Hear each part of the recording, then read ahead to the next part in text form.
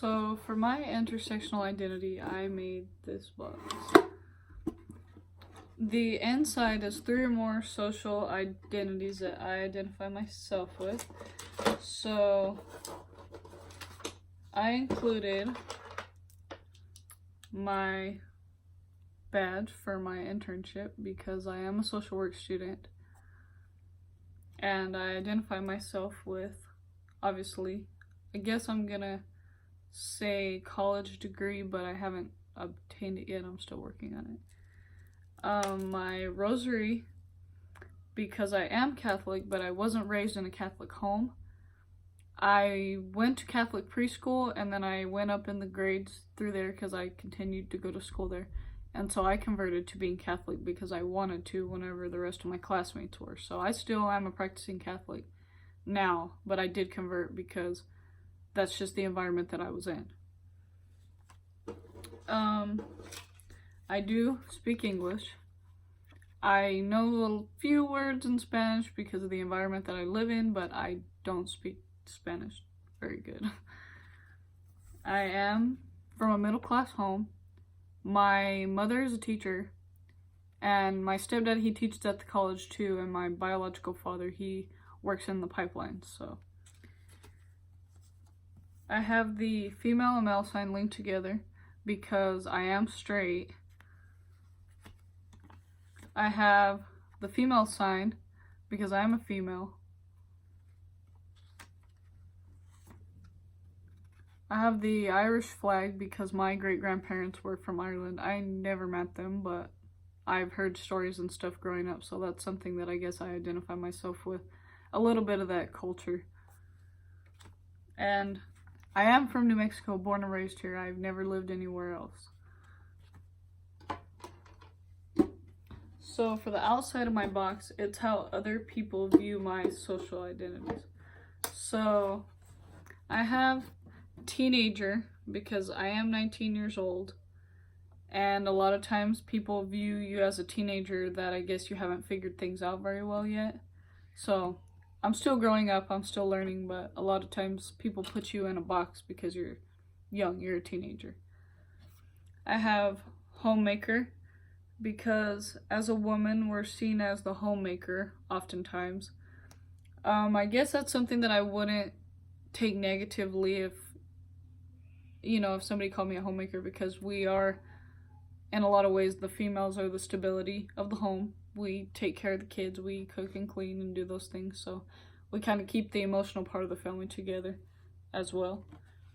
I have strong woman because it's easy for people to say that we're, I guess, under a man, that we don't deserve the same pay, we don't deserve the same jobs, that we're not as strong as a man or as tough, or we can't do the same things as a man can do. But we have to be strong and be proud of ourselves as women because we can do what we put our minds to. So I kind of take that with a grain of salt because I know I'm proud to be a woman. So I have Save the Earth because as a social worker and as my personality, I'm always trying to save everything. I'm always the peacemaker, and I always think that I can take care of everyone or be the mom friend, I guess.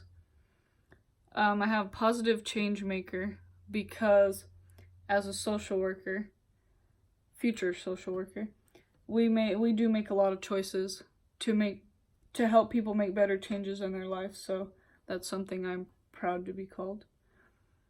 I have protect children and be kind to others. The protect children comes in that I am going to be a social worker, and in New Mexico we need a lot of that because I guess there's a lot of negativity that goes on here, a lot of child abuse and stuff, so we do need to take care of the children and promote kindness to others because there's a lot of violence that goes on here. So that's something that, as a social worker, it influenced me to want to go to school for that because I want to change my environment and my community.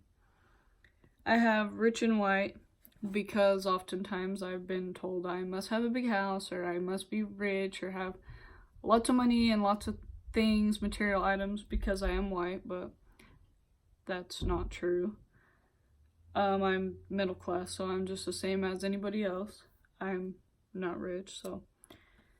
I have no kids, and most people my age do. Here in New Mexico, most people, by the time they're 20 or 21, they have 1 or 2 or 3 kids. I feel kind of abnormal because most of the kids I went to high school are either married or have kids, and I'm not married, and I have no biological children. So I am kind of put in the box, like, they see it as if you don't have kids when you're young, you're not going to. So I do kind of stick out sometimes in people my age. I have white privilege, but I put a line through it because myself personally, I've never experienced white privilege. It might exist in other places or with other people, but I've never experienced it, so I don't really understand, I guess how that works. So that's kind of a negative thing that I hear it a lot. People say that I must experience it, but I never have, so. And then here I'm from New Mexico and I don't speak Spanish. If you're from New Mexico, it can be very difficult if you don't speak Spanish. I work in a grocery store and people kind of segregate me because I don't speak Spanish and I'm one of the only ones that works in my area that doesn't. So it's kind of uncomfortable for me sometimes because I don't understand what's going on because there's a language barrier.